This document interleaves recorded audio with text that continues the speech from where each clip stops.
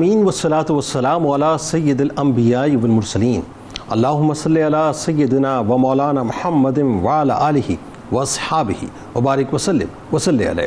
دنیا کے تمام دیکھنے والوں کو، تمام چاہنے والوں کو، تمام پیار کرنے والوں کو، اور جہاں جہاں تک اس وقت میری آواز کو سنا اور مجھے دیکھا جا رہا ہے، جنید اقبال کی جانب سے انتہائی محبت کے ساتھ السلام علیکم۔ ایک بار پھر ناظرین، آپ کو پر نور صبح میں صبح نور کے ساتھ میں دل کی گہرائیوں سے خوش آمدید کہتا ہوں۔ اور آئیے بلا توقف چلتے ہیں حضرت ابو انیس محمد برکت علی علیہ رحمہ کی تالیف اسماء النبی کریم صلی اللہ علیہ وآلہ وسلم سے رسول اللہ صلی اللہ علیہ وآلہ وسلم کا ایک اسم مبارک پڑھنے اور سننے کی سعادت حاصل کرتے ہیں۔ سیدنا المبلغ صلی اللہ علیہ وآلہ وسلم، ہمارے سردار، اللہ کے احکام پہنچانے والے، درود و سلام بھیجے اللہ آپ صلی اللہ علیہ وآلہ وسلم پر، آپ صلی اللہ علیہ وآلہ وسلم کے آل پاک پر، اور صحابہ کرام رضوان اللہ تعالیٰ علیہم اجمعین پر۔ حضرت عبداللہ بن عمر رضی اللہ تعالیٰ عنہما سے ہے کہ ایک شخص نے رسول اللہ صلی اللہ علیہ وآلہ وسلم سے عرض کیا کہ یا رسول اللہ صلی اللہ علیہ وآلہ وسلم، کون سا عمل سب سے بہتر ہے؟ تو آپ صلی اللہ علیہ وآلہ وسلم نے فرمایا کہ اللہ کے بندوں کو کھانا کھلانا اور ہر ایک کو سلام کرنا، خواہ اس سے تمہاری جان پہچان ہے یا نہیں، یہ سب سے افضل عمل ہے۔ ناظرین کرام، ہمارے ساتھ انشاءاللہ آج آپ رہیں گے، کیونکہ آج اس خانوادہ علم و عمل کے چشم و چراغ کی بارگاہ میں مل کر انشاءاللہ حاضری دیتے ہیں، جس کے ادنا سے ادنا خدام مسند علم کے وارث ہوئے، جن کے بنائے ہوئے وقت کے امام ہوئے، جو ملت نبوی کے سلطان ہیں، دین مصطفیٰ صلی اللہ علیہ وآلہ وسلم کے پاسبان ہیں، علوم نبویہ کے مظہر و وارث کامل ہیں، اہل حق کے امام ہیں، اہل ذوق کے پیش رو ہیں، علم لدنی کے شاہکار ہیں، صاحب عشق و محبت کے پیشوا ہیں، عابدوں کے مقدم ہیں، زاہدوں کے مکرم ہیں، خاندان نبوت کے چشم و چراغ ہیں، وارث علوم انبیاء ہیں، سید الساجدین امام زین العابدین علیہ السلام کے پوتے ہیں، جگر گوشہ امام باقر علیہ السلام ہیں، اور سلسلہ ائمہ اہل بیت کے چھٹے امام ہیں، یعنی ہمارے عقیدے میں وہ حضرت امام جعفر صادق علیہ السلام ہیں۔ آپ علیہ السلام ناظرین وہ ہستی ہیں جو علم مصطفی و مرتضوی و صدیقی کا مرکز ہیں، جو صدیقی و حسینی فیضان کا انتہائی خوبصورت اور حسین ترین سنگم ہیں، جن کی ہستی میں بیک وقت صدیقیت اور حسینیت مجتمع ہوئی، جو خانوادہ اہل بیت کے روشن چراغ ہیں، روشن مہتاب ہیں، جو سلسلہ عالیہ نقشبندیہ کے روحانی آفتاب ہیں، جو علم و حکمت کے عظیم ترین مینار ہیں، بلکہ یوں کہیے کہ جو علم و حکمت کا ایسا بہتا سمندر ہے، جس نے ایک چلو بھی لے لیا تو وہ وقت کا امام بن گیا، جن کی علمی جلالت و مقام کے پیش نظر مغرب کے دانشور آپ کے سامنے سر جھکاتے ہوئے نظر آتے ہیں۔ امام ذہبی علیہ رحمہ لکھتے ہیں کہ امام ابو حنیفہ علیہ رحمہ فرماتے ہیں کہ میں نے امام جعفر صادق علیہ السلام سے بڑھ کر علم دین کا عالم کسی دوسرے کو نہیں پایا۔ ایک اور مقام پر امام اعظم امام ابو حنیفہ علیہ رحمہ فرماتے ہیں کہ امام جعفر صادق علیہ السلام کی خدمت میں گزارے ہوئے 2 برس ایسے ہیں کہ اگر یہ 2 برس نہ ہوتے تو نعمان ہلاک ہو جاتا۔ یہ امام اعظم فرما رہے ہیں ناظرین۔ مشہور محدث حضرت سفیان ثوری رحمۃ اللہ علیہ فرماتے ہیں کہ میں نے آپ جیسا عالم، آپ جیسا زاہد، آپ جیسا حسین اور سخی نہیں دیکھا، بلکہ امام مالک علیہ رحمہ فرماتے ہیں کہ کسی آنکھ نے نہیں دیکھا، کسی کان نے نہیں سنا، اور کسی انسان کے دل میں خیال آیا کہ کوئی جعفر ابن محمد علیہ السلام سے بھی افضل ہو سکتا ہے۔ امام مالک علیہ رحمہ ناظرین حضرت امام جعفر صادق علیہ السلام کی علمی اور اخلاقی عظمت کے بارے میں فرماتے ہیں کہ میں ایک مدت تک جعفر ابن محمد علیہ السلام کی خدمت میں زانو ادب طے کیا کرتا تھا۔ آپ مزاح بھی فرمایا کرتے تھے، ہمیشہ آپ کے لبوں پر تبسم رہتا تھا، اور آپ کی ذات و اخلاق عادات مصطفیٰ صلی اللہ علیہ وآلہ وسلم اور حسن مصطفیٰ صلی اللہ علیہ وآلہ وسلم کا حسین ترین امتزاج تھی۔ تمام علوم میں درجہ کمال حاصل تھا۔ تمام نسبتوں اور فضیلتوں کے باوجود آپ سے زیادہ خوف خدا کا مالک کوئی نہیں تھا۔ امام مالک علیہ رحمہ فرماتے ہیں کہ جب آپ کے سامنے رسول اللہ صلی اللہ علیہ وآلہ وسلم کا نام مبارک لیا جاتا تو آپ کے چہرے کا رنگ سبز اور زرد ہو جایا کرتا تھا۔ میں نے دیکھا کہ انہوں نے رسول اللہ صلی اللہ علیہ وآلہ وسلم سے حدیث بیان کی ہو اور وضو میں نہ ہو. یعنی میں نے کبھی اس بات کو محسوس نہیں کیا نہ دیکھا. میں جب تک ان کے پاس آیا جایا کرتا تھا میں نے نہیں دیکھا وہ ان 3 حالتوں سے خارج ہوں. یا وہ نماز پڑھتے رہتے تھے, یا وہ قرآن پاک کی تلاوت کرتے رہتے تھے, یا پھر وہ روزے سے رہا کرتے تھے. امام جعفر صادق علیہ السلام ناظرین صرف ایک ہستی ہی نہیں ہیں بلکہ ایک عظیم علمی تحریک بھی ہیں جنہوں نے اسلامی تعلیمات کی ترویج کے لیے بے پناہ کوششیں انجام دیں, اور مدینے میں مسجد نبوی اور کوفہ شہر میں مسجد کوفہ کو جامعات میں تبدیل کر کے جو وقت کے عالی شان تحقیقاتی مراکز قائم کیے ناظرین, اس کی مثال بھی نہیں ملتی. یعنی ریسرچ کے وہ ادارے جو ادارے بنیاد بنے اسلام کی, وہ حضرت امام جعفر صادق علیہ السلام کے ہی بنیاد کردہ ہیں. ناظرین کرام, حضرت امام جعفر صادق علیہ السلام نے جس مشکل ترین حالات میں علمی تحریک کی بنیاد رکھی, اس کے سبب اسلامی دنیا علم کا گہوارہ بن گئی. فلکیات, ریاضی, کیمسٹری, فزکس, طب, تمام سائنسی علوم میں مسلمانوں نے قابل رشک ترقی کی. علم کیمیا کے بانی عظیم مسلمان سائنسدان جابر بن حیان جیسی نابغہ روزگار شخصیات ناظرین, ان سمیت تقریباً 4000 سے زائد فقہاء و محدثین نے امام جعفر صادق علیہ السلام سے علم حاصل کیا اور آپ کے شاگردوں کی صف میں کھڑے ہوئے. تشنگان علم و حکمت دور دراز سے آتے تھے اور امام جعفر صادق علیہ السلام سے فیض یاب ہوا کرتے تھے. آپ کی درسگاہ کے فیض سے جہاں قدیم علوم کا احیاء ہوا, وہیں جدید علوم کی بھی بنیاد رکھی گئی. مسلمانوں میں نابغہ روزگار ہستیاں پیدا ہوئیں. چاروں مکاتب فکر کے امام بالواسطہ یا بلا واسطہ حضرت امام جعفر صادق علیہ السلام کے شاگردوں میں شمار ہوتے ہیں. امام جعفر صادق علیہ السلام علم و عمل کا انتہائی خوبصورت ترین پیکر تھے. آپ علیہ السلام کی ایک خصوصیت ناظرین یہ بھی تھی کہ آپ لوگوں کے ساتھ انتہائی محبت سے اور مہربانی سے پیش آیا کرتے تھے اور حاجت مندوں کی ضرورتوں کو پورا کیا کرتے. کیوں نہ کرتے صاحب کہ جس خانوادے سے آپ کا تعلق ہے اس خانوادے کا طریقہ یہی ہے کہ جو ان کے در پر سوالی بن کے آ جاتا ہے اس کو وہ لوٹایا نہیں کرتے. آپ سے آغاز کرتے ہیں مفتی صاحب. ظاہر اتنی قداور شخصیت ہیں, اتنی بلند پایہ شخصیت ہیں کہ آپ کئی پروگرامز کریں آپ احاطہ نہیں کر سکتے ان کی شخصیت کا. لیکن وہی بات ہے کہ مل کر, بلکہ جتنے ناظرین ہمارے دیکھنے والے ہیں سب مل کے ہدیہ عقیدت پیش کرتے ہیں. امام جعفر صادق علیہ السلام کا جو ایک خاندانی عظمت ہے, ایک خاندانی تعارف ہے, تھوڑا وہاں حصہ ڈالتے ہیں. پھر اس کے بعد جو ایک خاص اللہ تعالیٰ نے آپ کو سنگم بنایا, حسینیت کا بھی اور صدیقیت کا بھی, اس کے بارے میں بتائیے. بسم اللہ الرحمن الرحیم. بہت شکریہ. اللہ کا شکر ہے کہ اللہ تعالیٰ نے ہمیں ان لوگوں میں شامل کیا کہ جو حضرات اہل بیت اطہار سے محبت اس انداز سے کرتے ہیں کہ جہاں ان کی نسبتیں صحابہ کرام علیہم رضوان کی جانب ہیں تو ذکر صحابہ بھی ہو جاتا ہے, ذکر اہل بیت بھی ہو جاتا ہے. اور یوں نہیں کہ کسی کی وجہ سے صحابہ کا ذکر ہو یا کسی کی وجہ سے اہل بیت کا ذکر ہو, بلکہ خود بخود ایسا ہو جاتا ہے کہ جب صحابہ کا ذکر ہوتا ہے تو اہل بیت اس کے اندر کہیں نہ کہیں شامل ہو جاتا ہے, اور کہیں اہل بیت کا جب نامی اسم گرامی آتا ہے تو صحابہ کرام علیہم رضوان کی طرف جو ان کے رشتوں کی نسبتیں ہیں وہ ہنسی کہکشاں میں جب ہم اس کا ذکر کرتے ہیں تو وہ جس طرح لڑی کے اندر ایک موتی سمو کا جب آپ ذکر کر رہے ہوتے ہیں تو وہ رشتہ داریاں ہمارے سامنے آ جاتی ہیں کہ ایک طرف محبت اہل بیت اور ایک طرف صحابہ کرام علیہم رضوان کی محبت. آئیے ذرا آپ کی ولادت مبارکہ 17 ربیع الاول مشہور روایت کے مطابق اور سن 80 ہجری ہے. اور یہاں ایک دلچسپ بات میں اور عرض کروں کہ جو آپ کا سن ولادت ہے وہی حضرت امام اعظم ابو حنیفہ کی سن ولادت ہے. اچھا, 80 ہجری. کیا کہہ رہے ہیں, تو یہ اس نسبت سے بھی ہم اس پر آگے بات کریں گے. دوسرے یہ کہ آپ کا جو نامی اسم گرامی جعفر ہوا, کنیت جو ہے وہ ابو عبداللہ جو ذکر کی گئی. اسی طریقے سے آپ کے القابات میں صادق, چونکہ آپ جو بات اللہ کی بارگاہ میں عرض کرتے تھے اللہ تبارک و تعالی اس کی لاج رکھتے ہوئے آپ کی بات کو پورا فرما دیتا تھا. بعض علماء نے یہ بھی لکھا کہ جب آپ کوئی بات ارشاد فرماتے تو وہ ایسی سچی اور اس میں ایسا صدق ہوتا تھا کہ جو آپ ارشاد فرماتے تھے وہ بات اس طریقے سے معارض وجود میں آ جاتی تھی. اور تیسری بات علماء نے یہ بیان فرمائی ہے کہ آپ جو جعفر الصادق ہوئے ہیں تو آپ کو جو فیض ملا حضرت صدیق اکبر رضی اللہ تعالیٰ عنہ سے, اسی وجہ سے بھی آپ کا لقب جو وہ جعفر نام ہو گیا اور صادق آپ کا لقب ہو گیا. آپ کا لقب فاضل بھی ہے اور آپ کا لقب طاہر بھی ہے. یہ تمام القابات ذکر کیے گئے. اور آپ کی نسبت اگر دیکھیں رشتوں کے اعتبار سے تو آپ کے والد محترم ہے سیدنا امام محمد باقر, ان کے باقر العلوم, ان کے اوپر چلے جائیے تو سید سجاد سیدنا امام زین العابدین رضی اللہ تعالیٰ عنہ جن کا نام اسم گرامی علی ہوا, لیکن جو ہے وہ ان کے امام الساجدین اور امام زین العابدین یہ ہوا. اوپر چلے جائے حضرت علی رضی اللہ تعالیٰ عنہ اور وہاں چلے جائے تو حضرت جناب ابو طالب.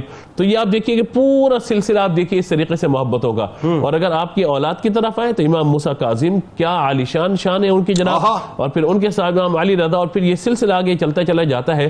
تو والد کی طرف سے آپ حسینی سید ہوئے, والد تھے حسینی سید, اور والدہ کی طرف اگر آپ آ جائیے تو یہاں بھی جو نسبتیں برکتیں وہ یہ ہے کہ حضرت قاسم بن محمد بن ابو بکر یہ ان کی صاحبزادی حضرت ام فروہ رضی اللہ تعالیٰ عنہ ہے. حضرت ام فروہ کا نکاح حضرت سیدنا امام محمد باقر سے ہوا. جب ان سے نکاح ہوا تو ان سے تولد ہوئے حضرت سیدنا امام جعفر صادق رضی اللہ تعالیٰ عنہ. تو اسی لیے کہا جاتا ہے کہ آپ والد کی طرف سے تو آپ جو ہے وہ حسینی سید ہوئے, والدہ کی طرف سے آپ کا جو نسب مبارکہ پہنچے صدیق اکبر اللہ تعالیٰ کی ذات گرامی تک پہنچتا ہے. 2 مرتبہ تولد ہوئے, یہ کیا بات ہے؟ آپ جو ہے وہ یہ فرمایا کرتے تھے کہ ولدنی ابو بکر مرتین, کہ میں 2 مرتبہ صدیق اکبر اللہ تعالیٰ عنہ سے پیدا ہوا.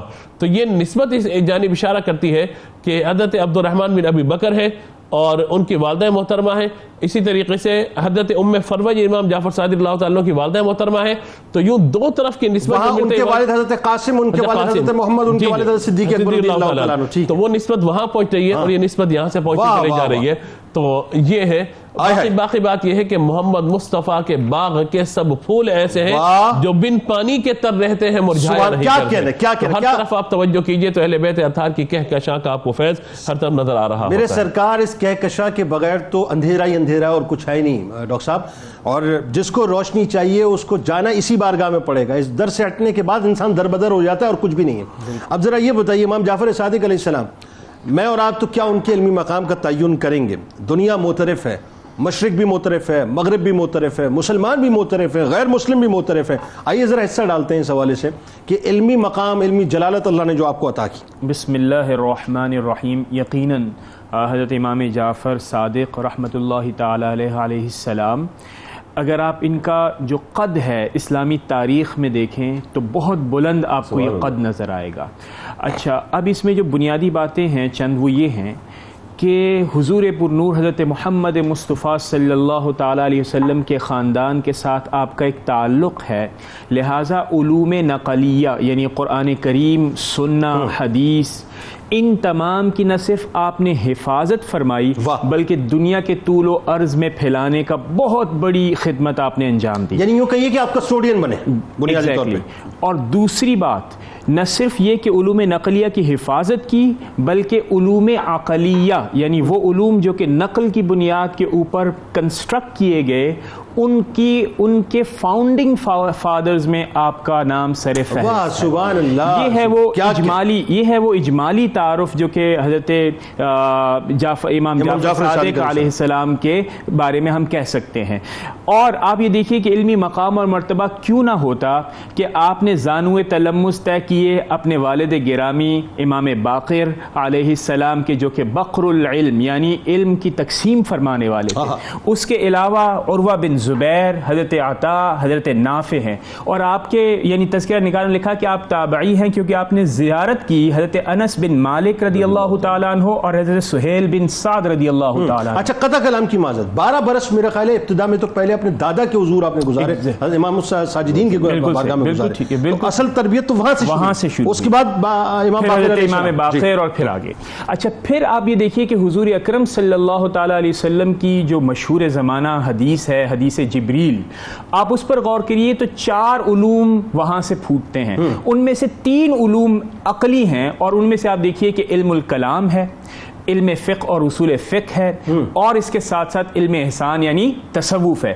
ان 3 علوم کے اوپر جو شخصیت بیٹھی ہوئی ہے, جو چشمہ بن کر بیٹھی ہوئی ہے, وہ حضرت امام جعفر صادق علیہ السلام. اب آپ اس کے اوپر غور کیجیے کہ یعنی علوم عقلیہ کی جو تاریخ لکھی حضرت علامہ شہرستانی رحمۃ اللہ تعالی علیہ نے, الکتاب الملل والنحل, اس میں آپ لکھتے ہیں کہ آپ علم میں کامل, آپ حکمت میں کامل, آپ معرفت میں کامل.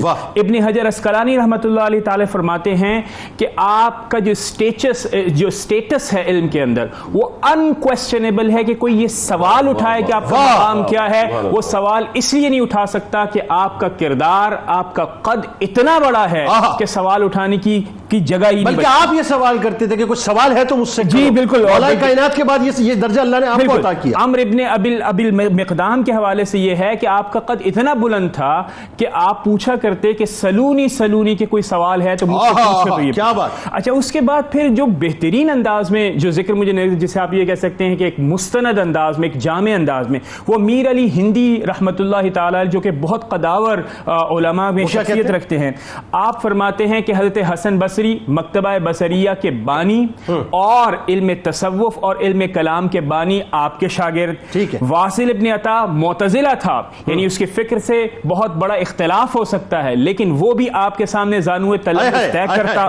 اس کے بعد مزید اگر آپ جوڑیے تو حضرت نے بھی ذکر کیا فقہا، یعنی اہل سنت الجماعہ کے جو فقہی مسالک ہیں ان چاروں ائمہ میں بڑے جو امام ہیں، امام مالک اور امام اعظم، وہ آپ کے شاگردوں میں. پھر سائنس کے میدان میں آ جائیے تو جابر بن حیان کا آپ نے ذکر کیا، ابن الہیثم کا ذکر کیا جا سکتا ہے.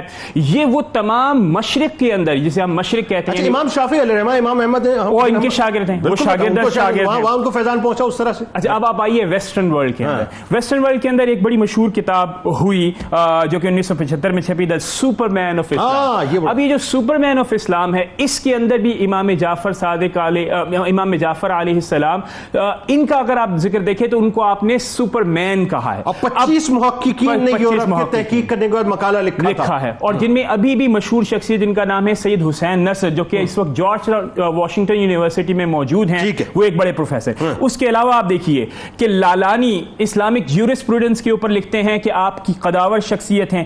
آنری کاغبین فرینچ میں ہیں، 2014 کے اندر ان کی کتاب آئی ہوئی ہے، اس کے اندر آپ کا ذکر ہوا. پھر رابرٹ گلیو ہیں، اس کے ساتھ ساتھ حامد ایلگر ہیں جنہوں نے یہ بتایا کہ حضرت ابو نعیم اور فرید الدین عطار اگر کہیں سے وہ علم کو کشید کرتے ہیں تو وہ بارگاہ امام جعفر صادق. ویسے تو میرا ماننا یہ ہے کہ سارے ہی سلاسل آپ سے فیض یافتہ ہیں، لیکن نقشبندی سلسلہ جو ہے خاص طور پہ اس پر خاص آپ کا ایک فضل و کرم ہے جناب صدیق اکبر رضی اللہ تعالیٰ عنہ کی توسط سے. اچھا سلسلے کو آگے بڑھاتے ہیں. میں چاہتا ہوں اس میں کوئی تشنگی اگر آپ کے پاس رہی ہو تو آپ اگلے سوال میں اس کو ضرور ڈاکٹر صاحب ایڈ آن کیجیے گا.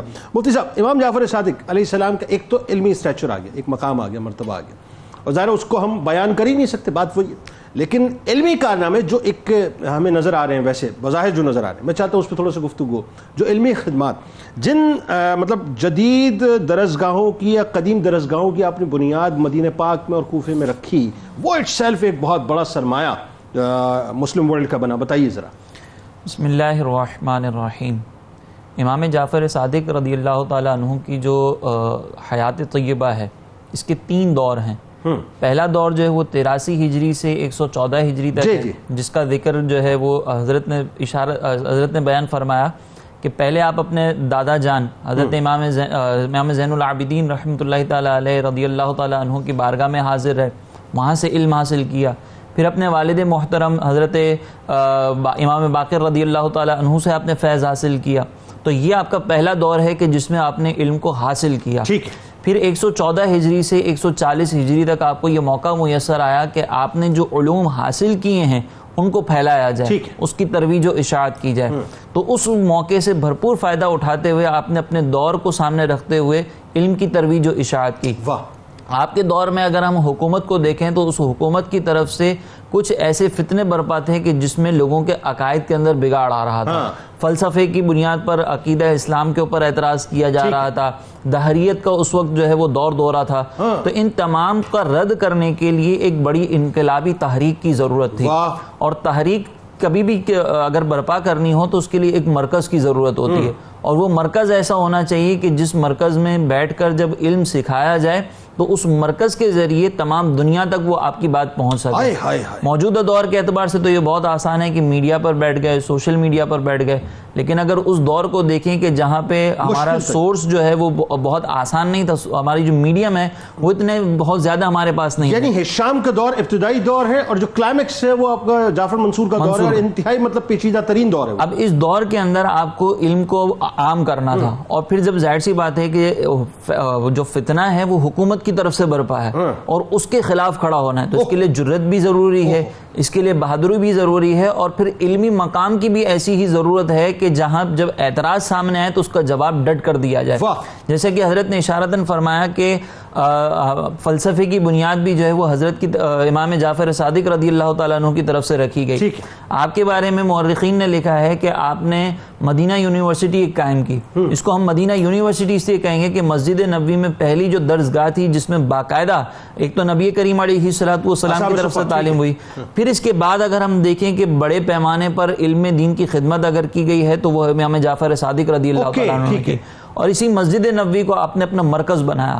اور اسی طریقے سے کوفہ کے اندر جو جامع مسجد تھی اس کو آپ نے اپنا دوسرا مرکز بنایا. یعنی یوں کہیے اگر میں غلط نہیں ہوں تو ایک طرف آپ نے سرکار مدینہ صلی اللہ علیہ وآلہ وسلم کی نے جو ہیڈ کوارٹر بنایا تھا مسجد نبوی کو, آپ نے بھی ہیڈ کوارٹر بنایا. آپ نے اسے, اور جس طرح سے آپ کے جد نے مولا کائنات نے کوفے کو ہیڈ کوارٹر بنایا علمی حوالے سے, اور ویسے تو وہاں سے آپ نے ان کو بھی ہیڈ وہاں سے آپ نے اس کو بھی. اب یہ دو ایسے مرکز تھے جیسے میں نے ذکر کیا نا کہ انقلابی تحریک اٹھانے کے لیے اپنا پیغام پوری دنیا تک پہنچانا ضروری ہے, تو آپ نے ایسے دو مقامات کا انتخاب کیا کہ جہاں پر لوگوں کی آمد و رفت ہو. پھر یہ مورخین نے لکھا ہے کہ جب زائرین مدینہ آتے تو آپ کی درسگاہوں میں شرکت کرتے, اور درسگاہ میں شرکت کرنے کے بعد آپ سے علوم و فنون حاصل کرتے, اور علوم و فنون حاصل کرنے کے بعد پھر وہ آگے جاتے اور دنیا بھر میں ان کو پھیلاتے تھے. سبحان اللہ. اب یہاں پر آپ دیکھیں کہ یہ لکھا ہے آپ کی سیرت میں کہ آپ کی درسگاہ کے اندر صرف محدثین نہیں آتے تھے, صرف علوم دینیہ حاصل کرنے کے لیے نہیں آتے تھے, بلکہ فلاسفہ بھی آتے تھے, کیمیا سے تعلق رکھنے والے بھی آتے تھے. جابر بن حیان کا ذکر کیا گیا. تو وہ تمام لوگ جو ہے وہ آپ کی بارگاہ میں حاضر ہوتے اور ہر کوئی آپ سے فیض حاصل کر کے جاتا تھا. اگر فلسفی آتا تھا تو وہ بھی تشنا نہ رہتا, اگر کوئی صوفی آتا تھا وہ بھی تشنا نہ رہتا تھا, فقیہ آتا تھا تو وہ بھی فیض حاصل کر کے جاتا تھا, محدثین آتے تھے تو وہ بھی آپ سے فیض حاصل کر کے گزرتے تھے. اور ہر ایک جب بھی آپ کے گفتگو کرتا اپنے علم پر تو آپ کا ہی حوالہ ذکر کرتا کہ میں نے امام جعفر صادق سے سنا. یعنی بات یہ کہ مہر ثبت ہوتی تھی گفتگو. تو اس سے ہم اندازہ کر سکتے ہیں کہ آپ نے جو ایک علمی کارنامہ سر انجام دیا ہے, ایک یہ دو بڑی یونیورسٹی قائم کر کے, یہ اس دور کے فتنوں کو رد کرنے کے لیے, سد باب کرنے کے لیے انتہائی ضروری تھا. اور یہ آپ کا ایسا اقدام تھا کہ جو آپ کی شخصیت کو ایک دم نکھار رہا تھا, اور اس کی وجہ سے آپ کی شخصیت جو ہے وہ ایک نکھر کر سامنے آئی, اور آپ نے دین کی بڑے پیمانے پر. آپ یہ دیکھیے دو دور کی آپ نے بات, تیسرا دور وہ تھا جو حبس بیجا, اور تیسرا دور وہ جو تھا حبس بیجا کا, جس کے اندر آپ پر بہت زیادہ نگرانی کی گئی تھی, کڑی نگرانی کی گئی. اس وقت شروع میں چونکہ حکومت جیسے باقاعدہ ہمارے ہاں پر ایسا ہوتا ہے کہ اسلام کا نام لے کر پھر جو ہے وہ اقتدار حاصل کیا جاتا ہے. اہل بیت کی محبت میں جو ہے نعرہ لگا کے ٹیک اپ کیا, اور تو شروع میں تو آپ کے اوپر بڑی عنایتیں شفقتیں کی گئیں, لیکن اس کے بعد جو ہے وہ آپ پر مظالم ڈھائے گئے, اور جو سابقہ ائمہ پر مظالم ڈھائے گئے تو اس سے کئی زیادہ طور پر آپ پر مظالم ڈھائے گئے. لیکن وہ جو اللہ نے آپ کے درمیان میں موقع دیا وہ آپ نے یوٹیلائز کیا. اور اس کی بنیادی وجہ کیا تھی آپ پر مظالم ڈھانے کی؟ وہ یہی تھی کہ آپ حکومت کی طرف سے اٹھنے والے فتنوں کا رد کر رہے تھے. بالکل. علامہ صاحب, جو آپ کے فیض یافتگان ہیں, کچھ ذرا سا ذکر ہوا, لیکن میں چاہتا ہوں اس پہ ڈیٹیل بات ہو کہ اللہ تبارک و تعالیٰ نے آپ کی تلامذہ میں وہ ہستیاں, وہ شاگرد بنائے کہ جن کی اپنی شخصیتیں وقت کے امام بن کے کی صورت جو ہے وہ نظر آئی ہمیں, اور امت کی عظیم ترین رہنما شخصیات وہ بنی. بتائیے ذرا. بہت شکریہ. بسم اللہ الرحمن الرحیم. حضرت سیدنا امام جعفر صادق رضی اللہ تعالیٰ عنہ کی علمی کارناموں پر بات ہوئی ہے, اور آپ کی شخصیت کا جو یہ پہلو ہے, خاص طور پر علم کا پہلو, یہ تو خیر خاندان اہل بیت میں یا نبی پاک علیہ الصلوۃ والسلام سے جو فیض یافتگان ہیں ان پہ تو اس بات کی ضرورت ہی نہیں کہ کتنا علم ہے, کتنا نہیں ہے, تو حاضر لگانے کے لیے ہم کچھ باتیں عرض کر دیتے ہیں. علماء نے لکھا ہے کہ 3 پشتوں تک ایک ہی تسلسل کے ساتھ مال و دولت, شکل و صورت اور علم, یہ فقط خاندان نبوت ہی کو اللہ تعالیٰ نے عطا فرمایا. سبحان اللہ, کیا کہنے, نسل در نسل چلنا, کیونکہ اصل میں فیض لیے حضرت علی نے بارگاہ مصطفیٰ رضی اللہ تعالیٰ. سبحان اللہ. انہوں نے فیض منتقل فرمایا حضرت حسنین کریمین تک, امام حسین رضی اللہ تعالیٰ کا فیض منتقل ہوا امام زین العابدین تک, وہاں سے فیض میں تو امام محمد باقر تک, وہاں سے امام جعفر صادق تک, اور پھر یہ فیض آگے آپ کو تمام ائمہ اہل بیت میں اور پھر ساری امت میں تقسیم ہوتا ہوا نظر آتا ہے. یعنی 3 پشتوں تک یہ ہوتا نہیں ہے کہ اس طرح سے فیض منتقل, یہ صرف ائمہ اہل بیت اور اہل بیت کے گھرانے کا فیض ہے. مورخین نے یہ بھی لکھا ہے کہ تاریخ اسلام یعنی واقعہ کربلا کے بعد جو اگلے 500 سال ہے, واقع کربلا کے بعد جو اگلے 500 سال ہے, یہ 500 سال تک جو فیض علم کا منتقل ہوا ہے اس کی جو بنیاد رکھنے والے حضرت امام جعفر صادق رضی اللہ تعالیٰ. اللہ 500 سال تک, یعنی آپ جتنے علوم اٹھائیں, علم فقہ اٹھا لیجئے, آپ کو ائمہ فقہا میں تمام کے تمام آپ کو یہاں سے فیض لیتے ہوئے نظر آ رہے ہیں. آپ علم حدیث اٹھا لیجئے تو ائمہ حدیث وہ یہاں سے آپ کو فیض لیتے ہوئے نظر آ رہے ہیں اللہ، اور آپ حافظ الحدیث بھی ہیں، یعنی احادیث بھی آپ کو زبانی یاد. تو یہ مقام وجہ اس کی کیا ہے کہ دیکھیے حضرت امام محمد باقر رضی اللہ تعالیٰ کا جو دور مبارک ہے وہ کربلا سے بہت قریب ہے، کیونکہ حضرت امام زین العابدین رضی اللہ تعالیٰ عنہ اس سارے واقعے کے عین شاہد، اور آپ کی ذات پہ گریہ و زاری اور عبادت کا سارا معاملہ رہا.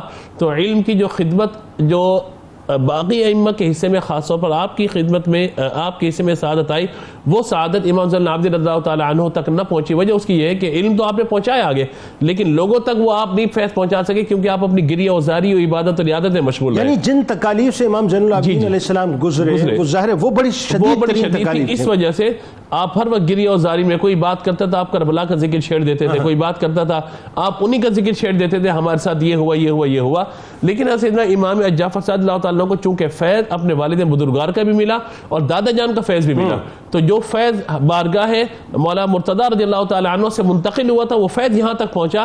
اسی لیے آپ یہ دیکھیے آپ کا مقام تو بلند ہے ہی، لیکن آپ کے شہزادے امام موسیٰ کاظم کا مقام بھی بہت بلند ہے علمی اعتبار سے. تو یہ آپ دیکھیے کہ علم ظاہر آپ دیکھ لیجئے، علم باطن دیکھ لیجئے، یعنی علوم ظاہریہ اور علوم باطنیہ، ان دونوں علوم کو آپ جمع کریں تو آپ کو نظر آئے گا کہ امام جعفر صادق اللہ تعالیٰ عنہ نے کس انداز سے چیزوں کو آگے چلایا. ایک اور بات جو بڑی خاص ہے اس میں وہ یہ ہے کہ آپ یہ دیکھیے امام زین العابدین علیہ السلام کو چونکہ براہ راست آپ نے فیض حاصل کیا تو آپ کے سامنے وہ تمام تر کربلا کا نقشہ بھی تھا، اور ظاہر زبان اقدس سے آپ سنتے رہتے ہوں گے، اور امام باقر علیہ السلام سے بھی، کیونکہ ظاہر آپ بچے تھے اس وقت جب بچپن میں آپ نے شرکت کی. تو وہ جو شجاعت اور بہادری والا عنصر ہے کہ عظیمت کا راستہ اختیار کرنا ہے، رخصت کا راستہ نہیں، وہ بھی آپ نے اسی طرح سے قائم رکھا. بالکل ایسے ہی، یعنی ایک طرف علمی کارنامے ہے، یعنی اگر ایک ہاتھ کے اندر قلم ہے تو ایسا نہیں کہ تلوار کو چھوڑ دیا، یعنی اگر قلم چل رہا ہے، قلم کی سیاہی کام کر رہی ہے تو تلوار اٹھا کر آپ میدان جہاد میں بھی تشریف فرمائے. دونوں طرف سے یہ چیزیں جو ہے مطلب جل رہی ہیں. اسی طریقے سے یہ بھی فرمائے کہ آپ ہی وہ ہستی ہیں کہ آپ کی امامت پر، آپ کے علم پر، آپ کی سیادت پر، آپ کی جلالت پر پوری امت کے اتفاق ہے. اللہ، آپ کی ہستی وہی جسے امت کو جمع کر دیا بالکل آگے، یہاں کوئی اختلاف کاش امت ان کی ہستی پہ جمع ہو جائے. بالکل ایسے ہی ہے. اسی لیے آپ کے شاگردوں کا جو ذکر کیا گیا، خاص طور پر میں ذکر کرنا چاہتا ہوں جیسے سیدنا امام اعظم ابو حنیفہ رحمۃ اللہ تعالیٰ علیہ، اور آپ کے بارے میں آپ کا یہ قول مبارک مشہور ہے. کسی نے پوچھا تھا کہ آپ کی عمر کتنی ہے تو کہا کہ میری عمر 2 سال ہے. تو کہنے لگے کہ جناب آپ مزاح فرماتے ہیں، ہم سے 2 سال عمر. آپ نے فرمایا لولا السنتان لہلک النعمان، اگر 2 سال نہ ہوتے تو میں ہلاک ہو جاتا، نعمان ہلاک ہو جاتا. کہا وہ 2 سال کیا ہے؟ کہا 2 سال وہ ہیں جو میں نے امام جعفر صادق اللہ تعالیٰ کی خدمت میں رہ کر کے گزارے. یہ بالکل وہی ادب ہے جو عمر فاروق رضی اللہ تعالیٰ عنہ نے مولا کائنات کا فرمایا تھا کہ اگر علی نہ ہوتے تو عمر ہلاک ہو جاتا. یا نعمان فرماتے ہیں کہ مطلب اگر جعفر صادق نہ ہوتے تو نعمان ہلاک ہو جاتا. اور مزے کی بات دیکھیں کہ سن ولادت ایک ہی ہے، لیکن اس کے باوجود احترام کا رشتہ کیا ہے. اچھا فرق کیا ہے کہ آپ مدینہ منورہ میں تشریف فرمائے، امام اعظم کوفے میں ہے، مگر اس کے باوجود اکتساب فیض کے لیے آپ کی خدمت میں آ رہے ہیں. یہ بھی ائمہ اہل بیت سے محبت کا ایک بڑا واضح ثبوت ہے. ایک مختصر کوئی اور مثال پھر آگے بڑھتے ہیں. ایک مثال میں اور آپ کی خدمت میں یہاں پہ پیش کر دیتا ہوں کہ حضرت سیدنا مالک بن انس حضرت امام جعفر صلی اللہ تعالیٰ کی عظمت کے بارے میں ان خیالات کو کہتے ہیں. امام مالک بن انس یہ فقہائے مالکہ یعنی جو فقہ مالکی ہے اس کے امام ہیں. آپ فرماتے ہیں، اب دیکھیے کہ اتنے بڑے امام کی گواہی جو اس کو دیکھیے، آپ فرماتے ہیں کہ امام جعفر صلی اللہ تعالیٰ عنہ کی شان یہ ہے کسی آنکھ نے نہیں دیکھا، کسی کان نے نہیں سنا، کسی انسان کے بارے میں ان کے دل میں وہ خیال نہیں آیا کہ حضرت امام جعفر صادق سے علم اور فضل میں بڑھ کے بھی کوئی ہو سکتا ہے. اللہ اکبر. ڈاکٹر صاحب بات آگے بڑھاتے ہیں. ظاہر ہے تلامذہ کی تو ایک تعداد ہے اور ہزاروں میں، یعنی میں جب پڑھ رہا تھا آپ کی حیات مبارکہ کو کہ 4000 علماء آپ نے فقہا کو تیار کیا، محدثین کو تیار کیا، اور یہ تو ریکارڈڈ ہے. اب مطلب جیسے کہتے ہیں نا کہ صاحب یہ تو ریکارڈڈ کیسز ہیں، تو جو ریکارڈڈ کیسز نہیں ہیں وہ کیا ہوں گے؟ وہ ریکارڈڈ شخصیات جو نہیں ہیں وہ کیا ہوں گی؟ امام جعفر صادق علیہ السلام کی عبادت و سخاوت کا بھی اپنا ایک شہرہ ہے، اور یہ بھی لیگیسی ہے آپ کے اجداد کی. بتائیے ذرا. بالکل. اور میں یہ سمجھتا ہوں کہ دیکھیں امام مالک جن کا ذکر ابھی ہوا جو کہ مالکیہ اسکول آف تھاٹ کے بانی بھی ہیں، اور آپ ان کا قول ملاحظہ فرمائیں جو کہ آپ کے شاگرد ہیں، لیکن شاگرد ہونے کے باوجود معترف ہیں آپ کی عبادت، آپ کی ریاضت، آپ کے تقوی کا. اور وہ یہ ہے کہ آپ فرماتے ہیں کہ میں نے حضرت کو 3 حال سے خالی نہیں پایا. یعنی جب کبھی ملاقات ہوتی، جب کبھی کوئی گفتن نشستن برخاستن کی محفل ہوتی، یا تو آپ نماز میں ہوتے، یا پھر آپ تلاوت قرآن کریم کے اندر مشغول ہوتے یا پھر آپ روزے سے ہوتے. الغرض یہ کہ ہر عبادت کے اندر آپ کو مشغول پایا اور ہمیشہ ہر لمحے ہر لحظے اللہ رب العزت کے ساتھ ایک خاص تعلق قائم کرتے. اور آپ یہ دیکھیے کہ اس کی اگر سملیرٹی آپ نے تلاش کرنی ہے تو حضور پر نور حضرت محمد مصطفیٰ صلی اللہ تعالی علیہ وسلم سے جب کثرت عبادت کے حوالے سے پوچھا گیا تو آپ نے فرمایا کہ افلا اکون عبدا شکورا، وہ بارگاہ. اللہ کا اور شکر پھر گزار آپ بندہ. دیکھیے کہ حضرت امام جعفر صادق رحمۃ اللہ تعالی علیہ السلام کو دیکھیں تو آپ کو یہ نظر آئے گا کہ یہ ہے وہ احترام اور یہ ہے وہ تعلق جو کہ مسلمانوں کو اور ائمہ نے قائم کر کے دکھایا. اب ایک بڑا خوبصورت واقعہ ہے جس سے کئی چیزیں آپ کشید کر سکتے ہیں کہ زائرین مسجد نبوی میں آتے ہیں اور اس میں سے ایک مسافر مسجد میں آرام کر رہا تھا. اچانک اس کی آنکھ کھلتی ہے، اپنے سامان کو تلاش کرتا ہے، سامان میں ایک تھیلا کم ہوتا ہے. وہ کونے میں دیکھتا ہے آس پاس کوئی شخص نہیں نظر آتا. امام جعفر صادق علیہ السلام وہاں پر موجود ہیں، نماز میں یعنی مصروف ہیں، مشغول ہیں، وہ اپنے معاملات چلا رہے ہیں. جیسی وہ مسافر تھا، وہ جانتا نہیں تھا کہ امام کون ہیں، صاحب علم ہیں، تقوی ہیں، ان کو کیا کہ دنیا کے اندر کیا. آپ یہ دیکھیے کہ وہ شخص مسافر گیا اور جا کر کہا کہ میرا تھیلا گم ہو گیا اور اس میں 1000 دینار ہیں، یا مطلب روایات میں مختلف چیزیں آئی ہوں گی، اور وہ یقیناً آپ ہی نے لی. اللہ استغفر اللہ. اچھا اب آپ جنید بھائی غور کیجئے، آپ نے آگے سے کوئی گفتگو، کوئی کنورسیشن، کوئی الجھنا، کچھ پسند نہیں، کوئی آرگومنٹ نہیں کیا. اس کا مطلب یہ ہوا کہ جو مقام اور جو مرتبہ اور جو گریس اللہ رب العزت نے آپ کو عطا کی ہے اس سے دیکھا آپ نے، اور آپ نے کہا کہ اس بندے سے میں کیا الجھوں، کیا آرگومنٹ دوں، کیا دلیلیں دوں. حالانکہ دلیلیں، اور اگر آپ چاہتے تو اس کی دل کی حالت تبدیل کر دیتے، دلیلوں کے انبار لگا دیتے. آپ کہتے کتنا اس میں مال تھا، اس نے بتایا اتنے. انہوں نے کہا چلیں گھر گئے، اس کو 1000 دینار دیے اور پھر وہ روانہ ہو گیا. جب وہ گیا تو اسے سامان مل گیا. جب اسی جگہ پہ آ کے بیٹھا واپس آیا، جب پھر واپس آیا تو گیٹ کے اوپر کھڑے ہوئے لوگوں نے کہا کہ آپ جانتے نہیں آپ کن سے ملنے جا رہے ہیں. اس نے کہا نہیں میں تو نہیں جانتا. پھر بتایا گیا کہ آپ تو امام جعفر صادق علیہ السلام ہیں. جب وہ یہ دیکھا تو اس نے کہا یہ کیا ہو گئی، تو ایک اور بڑی گستاخی ہو گئی. پھر اس نے سامان واپس کیا. اب آپ جملہ ملاحظہ فرمائیے، آپ نے فرمایا ہم دیتے ہیں، ہم لیتے نہیں ہیں. ہم اہل بیت جس کو ایک مرتبہ دے دیتے ہیں تو لیتے نہیں، اس کو لیتے نہیں ہیں. ابھی ہمیں جوائن کیا ہے ملک کے معروف ثناخواں جناب اسد ایوب صاحب نے. آپ کو بھی خوش آمدید کہتا ہوں. السلام علیکم. منقبت کا نظرانہ انشاءاللہ آپ سے پیش کروائیں گے. کتاب الشفا کی جانب چلتے ہیں. تحصیل علم میں آسانی کا عمل آپ کو بتلاتے ہیں کہ اگر کسی شخص کو تحصیل علم میں کسی قسم کی کوئی رکاوٹ ہو تو وہ 41 دن تک روزانہ سورہ رحمان کی آیت نمبر 78 100 مرتبہ پڑھے، انشاءاللہ ہر قسم کی رکاوٹ دور ہو جائے گی. حضرت امام جعفر صادق علیہ السلام کا بڑا ہی کمال قول مبارک ہے کہ چغل خوری سے بچو، کیونکہ یہ لوگوں کے دلوں میں دشمنی اور عداوت کا بیج بوتی ہے. جناب حضرت جعفر امام صادقی، حضرت جعفر امام صادقی، حضرت جعفر امام صادقی، اہل عرفان ان کے ہیں زیر نگیں، اہل عرفان ان کے ہیں زیر نگیں.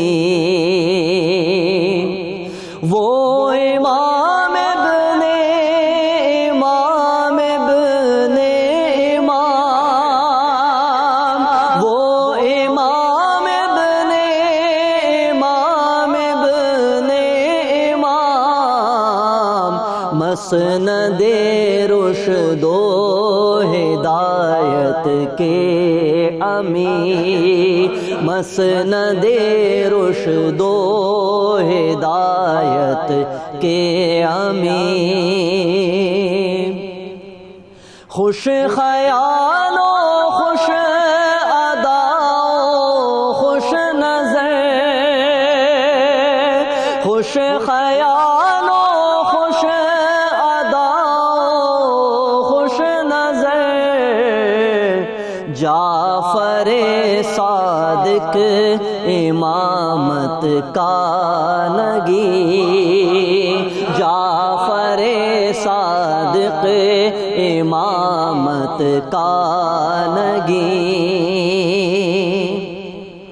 ان سے لیتے علم کی خیرات تھے، ان سے لیتے علم کی خیرات تھے، سب محدث سب فقیہ و کاملی، سب محدث سب فقیہ و کاملی، علم ظاہر میں بھی تھے فرد فرید، علم ظاہر میں بھی تھے فرد فرید، علم باطن میں تھے ساجد بہترین، علم باطن میں تھے ساجد بہترین، حضرت جعفر امام صادقین، اہل عرفان کے ہیں زیر نگین۔